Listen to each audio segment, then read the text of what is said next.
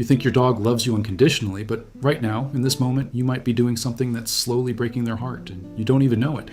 8 mistakes, 8 silent betrayals that happen in homes everywhere, every single day. And the worst part is that most of these don't look like mistakes at all. And let's start with the one that happens in almost every household, the one nobody warns you about because it seems so harmless on the surface. Mistake number 1, ignoring their attempts to communicate. Your dog walked up to you 3 times in the last hour. Each time they did something specific. Maybe they sat and stared. Maybe they brought you a toy. Maybe they pawed at your leg once, gently, and then waited. And each time, you were on your phone or cooking or mentally somewhere else entirely. You didn't mean to ignore them. You just didn't register it as important. Here's what you missed. Dogs have an extremely limited vocabulary for getting your attention. They can't send you a text. They can't say your name louder. When they approach you with intent, they're using one of maybe 5 or 6 behaviors in their entire communication arsenal.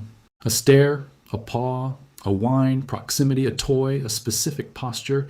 That's it. That's the whole toolkit. When those signals get ignored repeatedly, something shifts in your dog's understanding of the relationship. They don't think you're busy. They think they don't matter.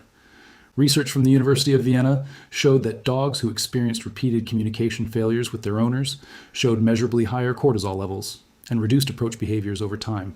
Translation? They stopped trying. Not because they stopped loving you, but because they learned that reaching out accomplishes nothing. You wanted a dog who was more engaged, more connected, more present with you. They were. You trained them out of it without realizing what you were doing. The fix isn't complicated. It's noticing. When your dog approaches you with purpose, give them 10 seconds. Just 10. Make eye contact. Acknowledge the attempt. You don't have to drop everything, but you do have to let them know they were seen. Because once a dog stops trying to reach you, getting them to start again is a long road back.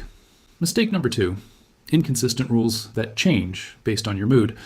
Monday, your dog jumps on the couch and you smile. You're relaxed. It's fine. Thursday, your dog jumps on the same couch and you snap at them. You've had a terrible day. The couch is off limits now, apparently. Your dog has no concept of your workday. They have no framework for understanding why the same behavior gets 2 completely opposite responses in the same location. What they do understand is this: the rules are random. You are unpredictable. And unpredictability in a leader creates anxiety in a follower. A study published in Animal Cognition found that dogs living in households with inconsistent rule enforcement showed significantly more stress behaviors, including pacing, panting, and avoidance, than dogs in homes with clear, consistent boundaries, even when those boundaries were more strict. Think about what that means. Your dog would rather live with a firm no than a maybe that depends on factors they can't see or control. The heartbreak here isn't the boundary itself, it's the confusion. It's your dog trying to figure out a puzzle that has no solution because the pieces change shape depending on your mood. Decide what the rules are. Write them down if you have to. Then hold them, regardless of whether you're having a good day or a bad one. Your dog isn't asking for freedom. They're asking for clarity. Mistake number 3, punishing them for being afraid. Your dog sees another dog on a walk and freezes, or they hear thunder and they hide, or a stranger reaches for them and they pull back. And your response, whether you realize it or not, is frustration. You tug the leash. You say you're fine in a tone that isn't reassuring. It's dismissive. You pull them out from under the bed because you need them to get over it. Here's the truth that's hard to hear. You can't punish fear out of an animal. You can only teach them that being afraid near you makes things worse. Fear is a neurological response. It's not a choice. When your dog's amygdala fires a threat signal, their body floods with adrenaline and cortisol before their conscious mind even registers what's happening. Punishing that response doesn't teach bravery. It teaches suppression. And suppressed fear doesn't go away. It goes inward. It becomes generalized anxiety. It becomes a dog who can't relax because they've learned that showing distress leads to more distress. Behavioral research is unambiguous on this. Dogs whose fear responses were met with negative consequences showed increased fear behaviors over time, not decreased ones. The fear didn't shrink, it spread. What your dog needs in a fear moment isn't correction. It's your calm presence and the option to remove themselves from the situation. That's it. You can't logic them out of fear, but you can be the steady thing in the room while their nervous system resets. The next time your dog is scared, try doing nothing except staying calm. Watch what happens. Most of the time, they'll regulate on their own if you're not adding pressure to an already activated system. And if you think that one was difficult to hear, the next mistake is the one that's happening right now in living rooms everywhere, and it's completely invisible to the people doing it. Mistake number 4, forcing affection when they're not asking for it. You love your dog. Of course you do. So when you see them lying peacefully on the floor, you walk over, you kneel down, and you pull them into a hug, or you scratch their head, or you squeeze their face in your hands because they're so cute you can't stand it. Your dog goes still. Maybe their eyes shift away. Maybe their ears pull back slightly. Maybe they lean away, just a fraction. And you don't notice any of it because in your mind, this is love. But in your dog's language, what just happened was a boundary violation. Human affection is grabby. We hug, we squeeze, we hold. For a dog, those are restraint behaviors. Restraint in nature is what predators do. And when you initiate that contact without an invitation, you're forcing your dog to choose between accepting something uncomfortable or risking your reaction if they resist. Most dogs choose acceptance. But acceptance isn't enjoyment. A study from the University of Lincoln examined how dogs respond to being hugged by their owners. The researchers analyzed body language in hundreds of photographs. Over 80% of the dogs showed visible signs of stress or discomfort.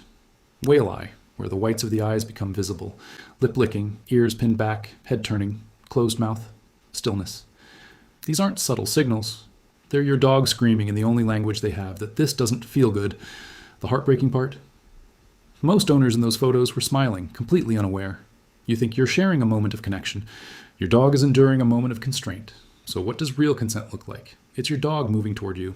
It's the head that nudges your hand. It's the body that leans into your leg. It's the paw that reaches out. Those are invitations. Everything else is you deciding for them. Start practicing the 3-second rule. Pet your dog for 3 seconds, then stop. If they move closer, nuzzle you, or ask for more, continue. If they walk away, turn their head, or simply stay still, they just told you no. Respect it. That restraint, that willingness to let them choose, builds more trust than 1,000 forced hugs ever will. Mistake number 5. Skipping the sniff. You're on a walk. Your dog stops to smell something, a patch of grass, a fire hydrant, a spot on the sidewalk that looks identical to every other spot. And you pull them along because you have a route to finish, a schedule to keep. You're walking for exercise. That's the point, right? Wrong. For your dog, the walk isn't about distance. It's about information. A dog's nose contains 300 million olfactory receptors. Yours has 6 million. The portion of their brain dedicated to scent analysis is 40 times larger than yours proportionally. When your dog smells that seemingly random spot, they're not wasting time. They're reading messages. Who was here, when they passed through, what they ate, whether they were stressed or calm, whether they're familiar or a stranger. It's their version of checking email, reading the news, and scrolling social media all at once. Cutting that process short is like someone ripping your phone out of your hands mid-sentence every 30 seconds for hours. Research published in Applied Animal Behavior Science found that dogs allowed to sniff freely during walks showed significantly lower cortisol levels afterward compared to dogs who walked the same distance without sniffing opportunities. The walks were identical in duration and physical exertion. The only variable was whether the dog controlled the pace and the stops. The sniffing group was measurably calmer. Sniffing isn't a distraction from the walk. For your dog, it is the walk. The movement is secondary. So slow down. Pick routes where stopping is possible. Let them investigate.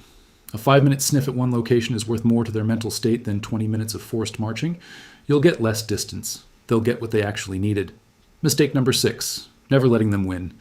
You're playing tug. Your dog is pulling hard, growling, fully engaged. And then they get a really good grip and start winning. So you yank the toy away, or you hold it higher, or you end the game entirely because you heard somewhere that letting your dog win makes them dominant. This myth has been thoroughly destroyed by modern behavioral science, but it refuses to die. Letting your dog win during play does not create aggression. It creates confidence and joy.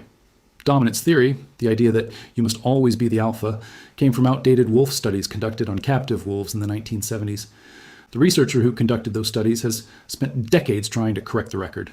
Wolves don't operate on rigid hierarchies. Dog social structures are even more flexible. Your dog doesn't think they're the pack leader because they want a game of tug. They think play is fun and they want to do it again. Dogs, who are allowed to win regularly during play show, increased enthusiasm for interaction, better problem-solving skills, and stronger bonds with their owners. Dogs who never win start opting out. The game stops being worth the effort. Let them win sometimes. Let them carry the toy around like a trophy. Let them feel powerful and successful. That doesn't undermine your relationship. It enriches it. Play isn't a dominance test. It's one of the primary ways your dog experiences joy. Don't turn it into another thing they have to lose at. If these mistakes are starting to feel personal, that's because they are. Every single one of them comes from a place of love that's been slightly misdirected by outdated advice or assumptions no one ever questioned. You're not failing your dog. You're learning a language you were never taught. And the fact that you're still here, still listening, still willing to question what you thought you knew, that's already more than most people do. Your dog doesn't need you to be perfect. They need you to be present, patient, and willing to see them clearly. The mistakes don't define the relationship. What you do after learning about them does. Start with one. Just one. Let them sniff longer tomorrow. Wait for them to ask for affection instead of assuming. Give them a win during play. Watch what shifts. You'll feel it before you see it. And once you do, you won't be able to go back. Your dog has been trying to tell you something for years. They've been using every tool in their limited vocabulary, waiting for the moment you finally start listening. Not commanding, not training, just listening. These 8 mistakes aren't character flaws. They're blind spots inherited from advice that was never quite right and assumptions that were never questioned.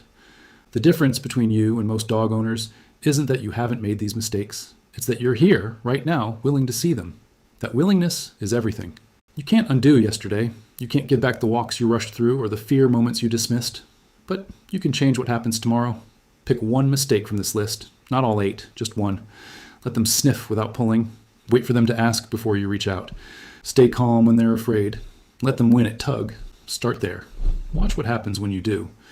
Because the bond you think you already have, it's about to get deeper than you imagined possible. Your dog has been waiting their entire life for you to meet them halfway. Now you know how.